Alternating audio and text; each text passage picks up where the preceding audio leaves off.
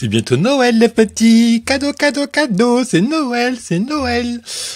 Eh oui, Noël arrive. Toi, en tant que commerçant, en tant que e-commerçant, ou en tant que blogueur, en tant que coach indépendant, peut-être que tu as un site web en ligne.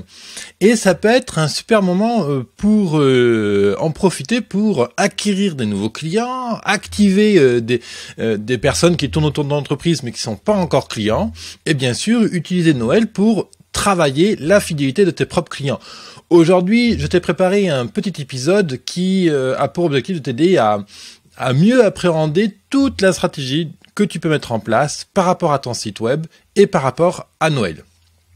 Bienvenue à toi entrepreneur dans cette émission quotidienne, cette émission donc Parlons Business, dans laquelle je te parle de psychologie, de web marketing, en bref, comment accélérer ton entreprise, comment accélérer l'entrepreneur que tu es. Ce qui est super avec Internet, c'est que avec Noël, je veux dire, c'est que c'est une des rares périodes au cours de l'année où il y a autant de people sur Internet. Donc les gens sont sur Internet, ils naviguent, ils sont à la recherche de solutions, de cadeaux à offrir, et d'idées, etc. Et je pense que c'est un moment assez intéressant pour leur proposer d'offres commerciales, bien entendu, mais aussi pour faire une communication de fond, parce qu'ils sont particulièrement présents sur le web, ils sont régulièrement. Donc il y a vraiment une chance accrue de rencontrer des nouveaux prospects et de leur faire découvrir ce que tu fais. Alors par exemple, aujourd'hui, je te parlais exclusivement donc d'une stratégie de contenu, c'est-à-dire une tactique de comment publier du contenu en ligne en vue d'acquérir de nouveaux clients, d'activer des prospects et de fidéliser des clients. Alors, par exemple, tu vois, il y a une méthode toute simple qui consisterait à programmer un ensemble de contenus, à le répartir et dire que toutes les semaines, tu publies par exemple 2 contenus.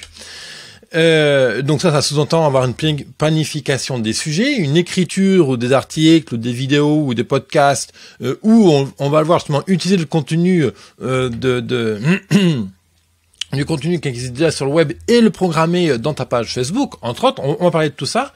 On va voir aussi qu'on peut faire, ça tu t'en doutes, des promotions et des événements commerciaux qui sont liés à des offres spécifiques par rapport à Noël.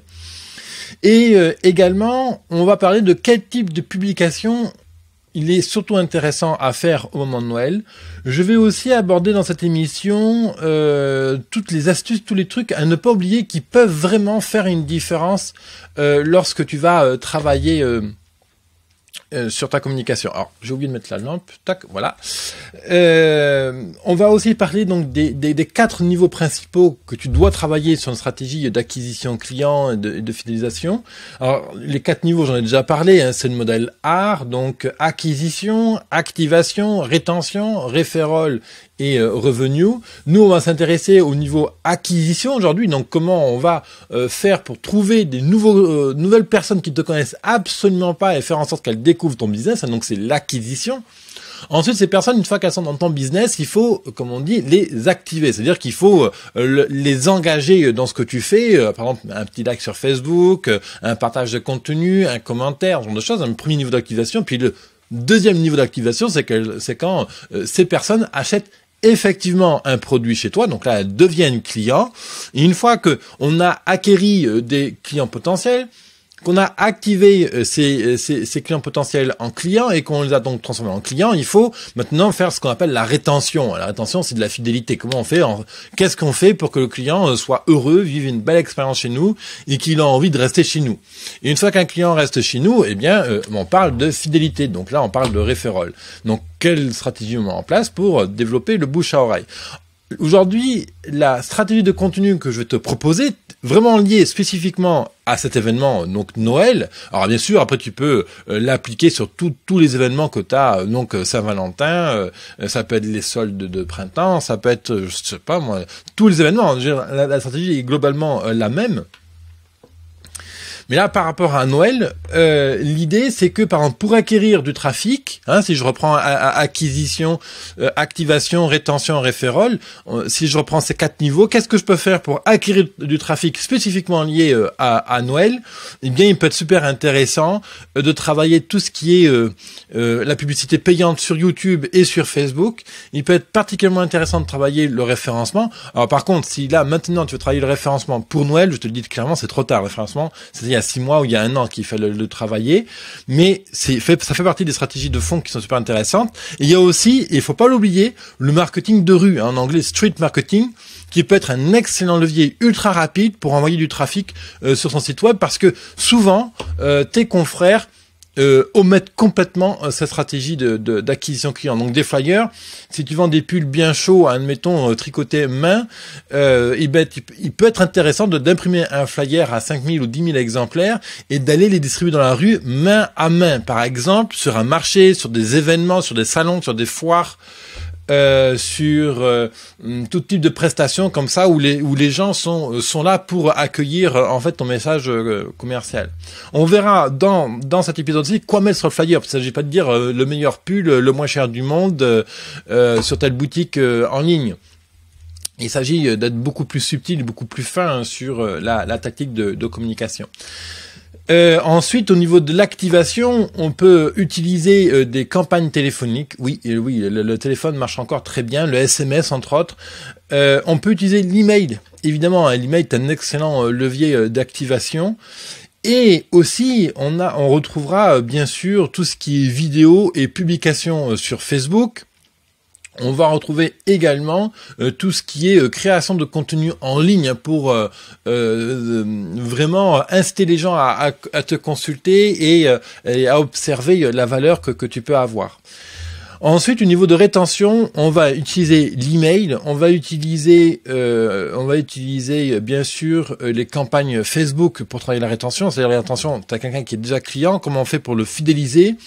Et on peut aussi utiliser toute une sorte d'outils de type feedback, sondage, qu'avez-vous pensé de notre colis, comment trouvez-vous l'expérience de notre dernier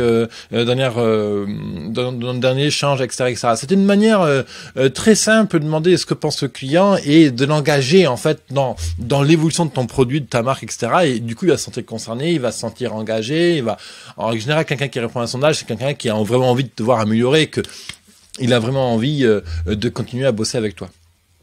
Et après, bien sûr, on a le referral, donc tout ce qui est bouche à oreille. Donc, comment on utilise, comment on incite les gens à parler de toi? Eh bien, par exemple, si tu expédies des colis à tes clients, tu peux mettre une carte de cadeau dedans que la personne peut offrir à quelqu'un. Ça peut être tout ce qui est aussi stratégie de référence, de recommandation. C'est-à-dire que tu peux envoyer tes clients à travers un email sur une page web spécifique et est-ce que tu as envie de parler de notre super produit à un de tes meilleurs amis? Alors si oui, tu mets son email ici, puis on lui enverra une petite promo de ta part, et puis entre contrepartie, on te donnera tel cadeau. Il y a différents services comme ça qu'on peut voir, et on aura l'occasion d'en reparler aussi. L'idée, elle est toute simple, c'est que je donnais une étape, un petit process en 6 étapes essentiellement, pour te planifier une stratégie d'acquisition client et de développement d'affaires. Alors tu verras que moi je travaille beaucoup sur le fond, je travaille pas sur la forme. Ça ne m'intéresse pas de faire un coup d'éclat à Noël et qu'après tout s'évanouit. Parce que d'une part, c'est très négatif pour ton image de marque. Si tu pousses comme un malade là juste à Noël et que tu assommes tes clients et clients potentiels de communication, etc., et qu'après il n'y a plus rien, eh bien tu vas avoir un effet, je sais pas comment on peut dire, un effet soufflé. Voilà, ça va retomber, ça va se récraser en janvier. Et puis tes clients ne vont pas se souvenir de toi en bien si tu les assommes de contenu, de promos, de super discounts, etc. C'est pas du tout une image de marque positive que tu vas insuffler. Nous, ce que je veux te proposer, c'est quelque chose de différent. Ça va être quelque chose de l'ordre que, tu vas prendre un papier et un crayon et tu vas me lister toutes les tâches, toutes les opérations de communication que tu peux faire, tous les sujets que tu as envie de parler à tes clients au moment de Noël. Donc Noël, ça commence maintenant. Hein. On stratégie de publication, tu vas le voir, on va la commencer là mi-novembre, fin novembre, en fonction de quand tu écoutes cet épisode. Mais typiquement, il y a vraiment l'opération de communication, elle commence en amont. Et on va, pour donner un peu l'idée, c'est qu'on va programmer des publications, des contenus, des promotions, etc. Et on va les amplifier jusqu'au moment de Noël, en fait. Donc, on va vraiment une opération crescendo. Il faut vraiment la commencer en amont, pour faire bref, pour éduquer Facebook, que tu publies du bon contenu qui intéresse ton public. Et donc, du coup, Facebook va dire, OK, lui, il publie du contenu intéressant, donc on va pouvoir amplifier sa communication. C'est pour ça qu'il est très important de commencer en amont. Donc, tu prends un papier et tu me lis toutes les actions et les opérations de com que tu peux faire à Noël. Donc, c'est des petits trucs. Hein. C'est simplement, par exemple, offrir un stylo. Ça peut être changer mon slogan. Ça peut être changer les 4 produits de couverture sur ma boutique. Sur ta page d'accueil, tu as 4 produits. Ben, changer ces 4 produits. Créer un coffret spécial Noël. Ça peut être créer une carte postale spéciale Noël. Toi, toutes les opérations, toutes confondues, tu me lis ça sur un papier. Et l'idée, c'est que tu vas en sélectionner 5 et tu vas tout de suite en face mettre la liste des tâches à faire pour exécuter cette opération. Donc, tu as une feuille de papier, tu m'as listé toutes les opérations de com que tu pouvais faire, de la plus petite au plus grande. Tu prends tu retiens les 5 principales qui t'intéressent. Admettons, si tu avais choisi de créer une carte postale spécifique à offrir à Noël, eh bien, tu me listes maintenant toutes les actions à faire pour créer cette carte postale. Donc, 1, faire un brouillon. 2, choisir un modèle sur Internet. 3, le designer avec mon infographiste, avec Illustrator. 4, lancer la commande des cartes postales. 5, je sais pas moi, la distribuer à mes clients. Bref, voilà, tu me mets en place pour chacune de ces 5 top actions de communication les actions à faire. Deuxième étape, je vais te proposer une action web. Donc, qu'est-ce qu'il y a à faire sur en termes de communication web? Parce que tu as vu, on commence sur le papier, on commence sur du physique. Qu'est-ce qu'il y a à faire comme communication? Typiquement, donc dans le 1, changer la messagerie d'accueil de mon téléphone et mettre quelque chose un peu lié à Noël. Et maintenant, étape 2, on se concentre sur tout ce qu'il y a autour du web. Je présume que tu as une page Facebook, une page Google+, une page Twitter, une page LinkedIn, un site web. Alors, tu as peut-être un blog, tu as peut-être une boutique e-commerce. Peu importe finalement le type de stratégie que tu as à l'heure actuelle, qu'est-ce que tu peux faire là maintenant, là par rapport à Noël,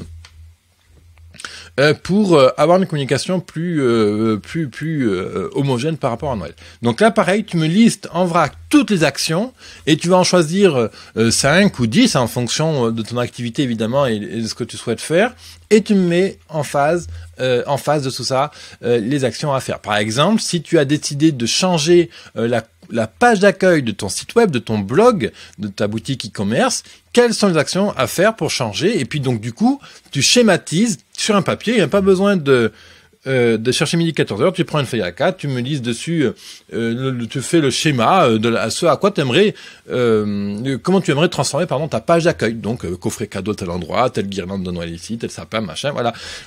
L'idée c'est de visualiser, c'est de dessiner et d'amorcer en fait le travail. Troisième opération que je vais te proposer, c'est de planifier la publication de ton contenu. Ça, c'est une étape clé parce que il s'agit, quand je parle de contenu, il s'agit de vrai contenu de fond et non pas tous les jours publier une nouvelle offre. Tiens, ma salade est moins chère. Tiens, aujourd'hui, les carottes sont à moins de 2 euros.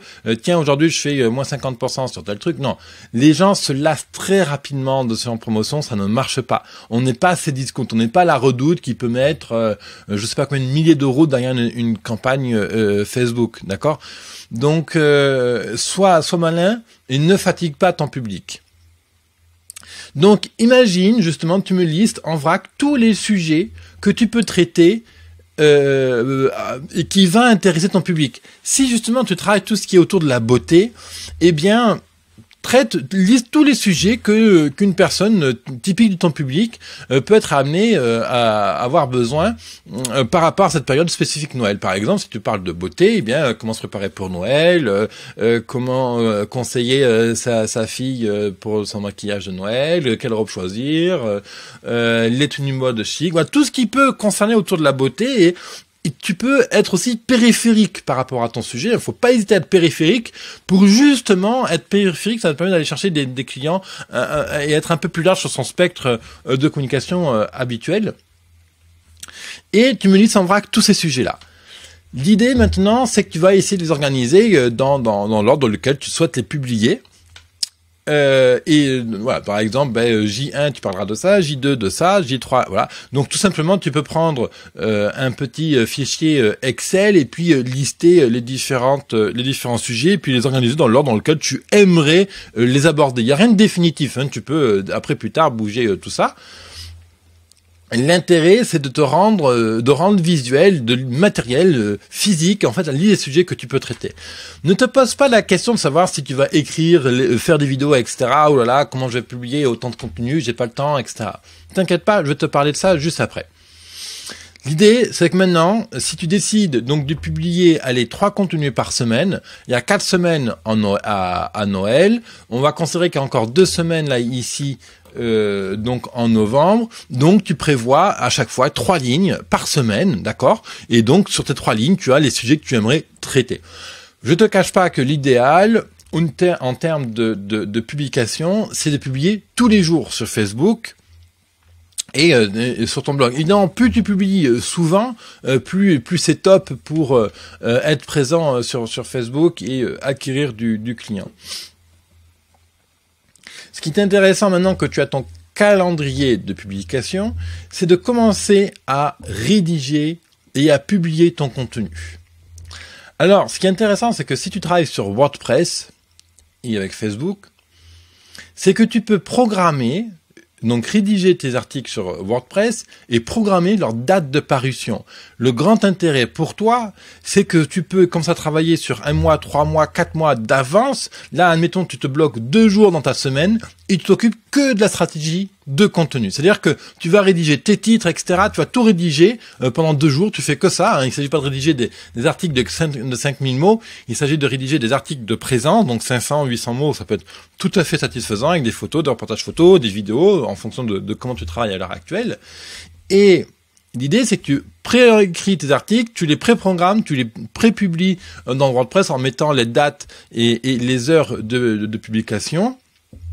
D'ailleurs, ça, tu peux nous mettre un petit zap ou un petit FTT dont l'intérêt va être que dès que un nouvel article chez WordPress est publié, paf, ça publie la note correspondante chez Twitter, chez Facebook, Google+, LinkedIn, Viadeo, etc. L'intérêt, c'est que tu automatises ton travail. Hein, c'est ça l'intérêt, c'est que le jour de Noël où tu as plein de monde dans la boutique, il y a plein de commandes à expédier, c'est pas à ce moment-là que tu vas devoir te préoccuper est-ce que la publication est bien en ligne. Tu n'auras pas le temps pour ça. Donc le but, c'est de se débarrasser de ce travail le plus en amont possible. L'intérêt de programmer en amont comme ça, c'est que progresse de temps en temps, 1 heure par semaine, tu jettes un petit coup d'œil, voir si tout est bien publié, si ça n'a pas eu de blocage, si tout est bien en règle, répondre aux commentaires, etc. Ça c'est l'idée. Alors justement, si t'as pas le temps d'écrire, de rédiger, de faire des vidéos de ton contenu, il y a ce qu'on appelle la curation. C'est que tu peux aller chercher du contenu de confrères, de personnes qui sont pas concurrentes, et les intégrer dans ton blog. Admettons, si tu fais toujours dans la mode et si tu conseilles les dames quel maquillage compagnie par rapport à Noël, va chercher sur YouTube des vidéos qui expliquent comment se maquiller les yeux, les joues, les machins, le bordel. Si tu parles de mode, quelle robe choisir pour la soirée de Noël, va chercher quelques vidéos comme ça sur Internet. Et l'idée, c'est que tu peux trouver une multitude de contenus qui soient parfaitement raccord avec ton sujet, qu'est-ce que tu vends, etc. Et sans être compétitif, justement, tu peux aller chercher des vidéos qui ne sont pas en compétition avec ce que tu vends en fait. Typiquement, une blogueuse qui fait des vidéos sur des produits de maquillage, si toi tu vends des robes, etc., des habits spécifiques à Noël, vous n'êtes pas en compétition, donc c'est pas un problème. Et donc l'idée c'est que tu peux programmer ce contenu-là et puis l'utiliser à des fins commerciales. C'est pas un problème.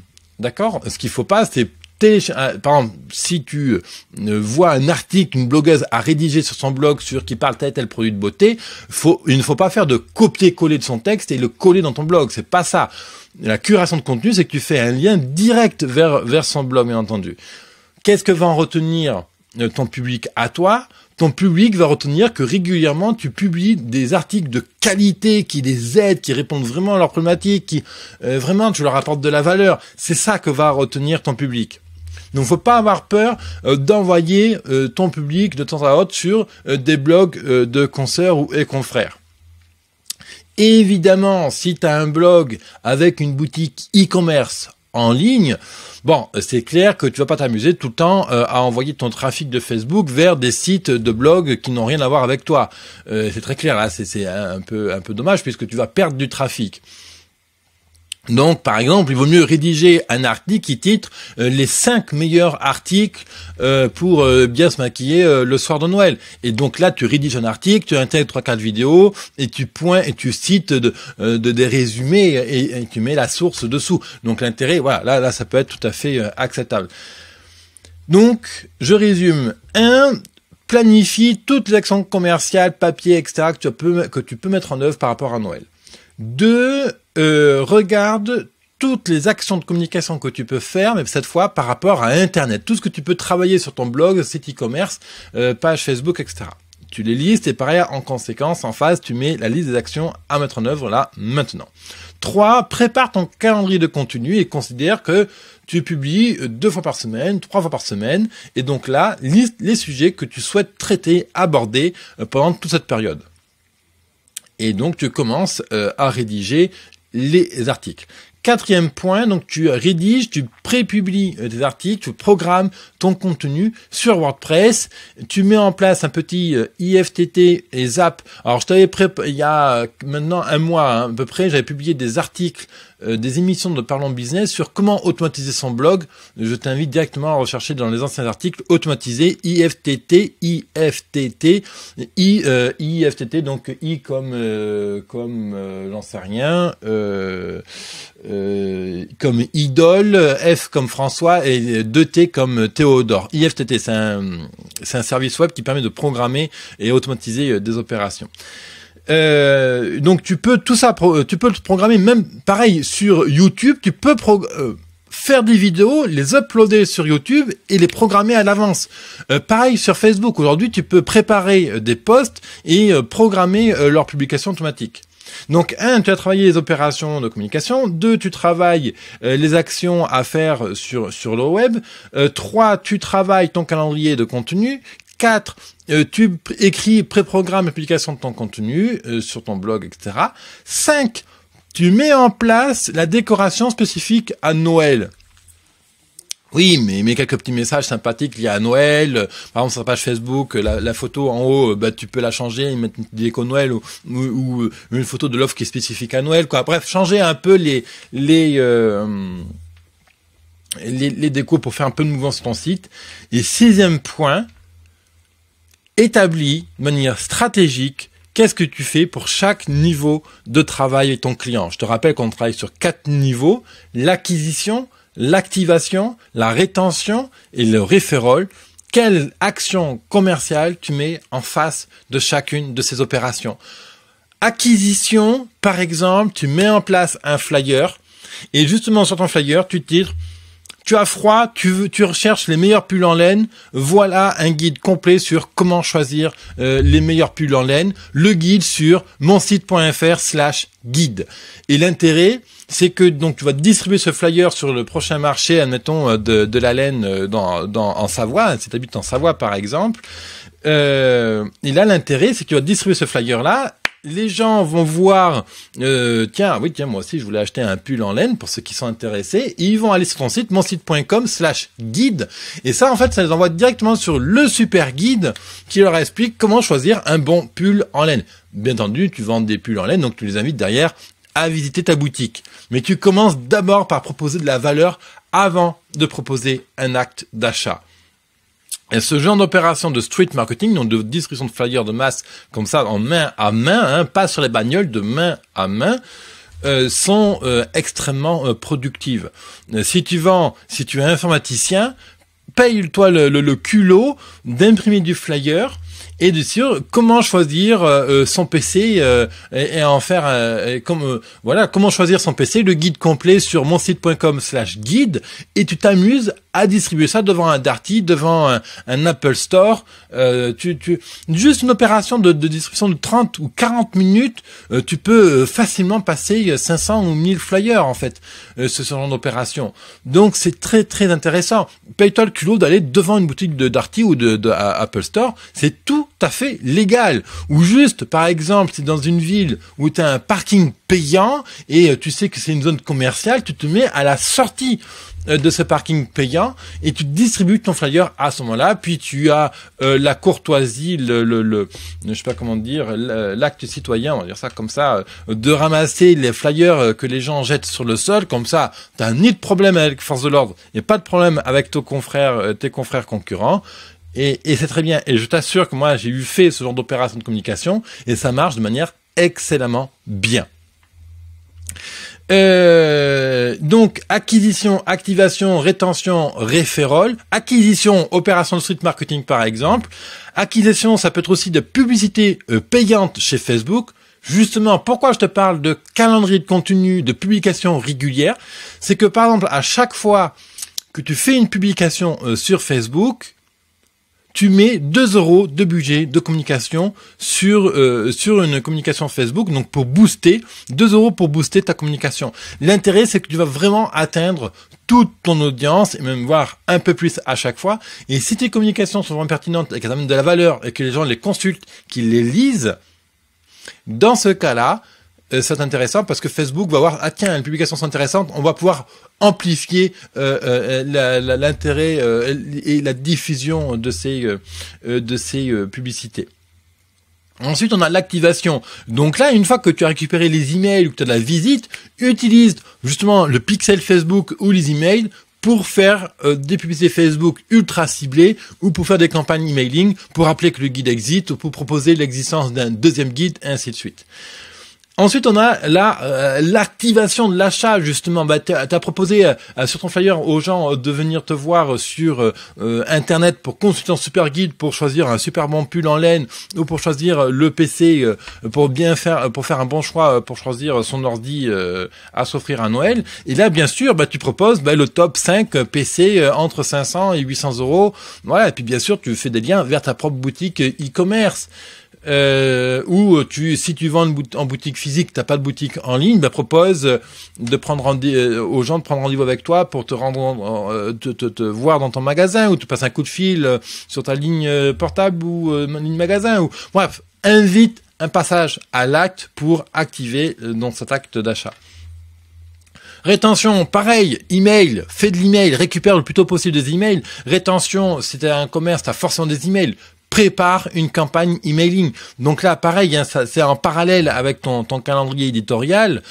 Si tu fais 3 publications par semaine, tu peux imaginer que tous les vendredis, par exemple, alors ça dépend de la clientèle qu'on a. Hein. Le jour, il s'est étudié en amont. Je peux pas te le déterminer. Il y a des jours où les gens sont très réceptifs le lundi, d'autres qui vont être très réceptifs le jeudi. Ça dépend des clientèles, de ton secteur d'activité, etc. Si on imagine que tes clients sont très réceptifs le vendredi parce qu'ils préparent leurs achats, parce qu'ils savent que samedi, demain, ils vont faire leurs achats pour Noël. Donc le vendredi, paf, tu fais partir un email à tous tes clients actuels et qui liste les 3 dernières publications que tu as faites cette semaine, par exemple. Puis je crois que on est bon. Puis referral, donc tout ce qui est bouche à oreille.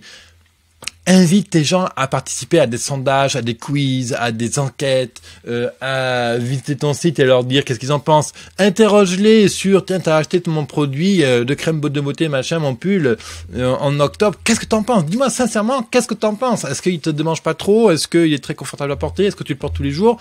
Moi, je suis curieux de savoir comment ce produit te satisfait parce que là, tu vois, je cherche à améliorer mes produits. Donc, voilà. Et les gens seront très réceptifs et très sensibles à cette démarche de qualité, d'autant plus que tu ne forces pas la vente. Alors oui, cet épisode est un peu long, mais je pense que ça valait vraiment la peine de se pencher dessus. Très bientôt, je te parlerai dans une prochaine émission Parlons Business comment écrire un guide. Je vais te préparer un épisode pareil d'une trentaine de minutes, comment on peut préparer très rapidement un guide pour son blog et donc acquérir du trafic, utiliser ce guide-là pour convertir en client, faire la rétention, etc. Demain, je te parlerai d'événements, de salons, etc.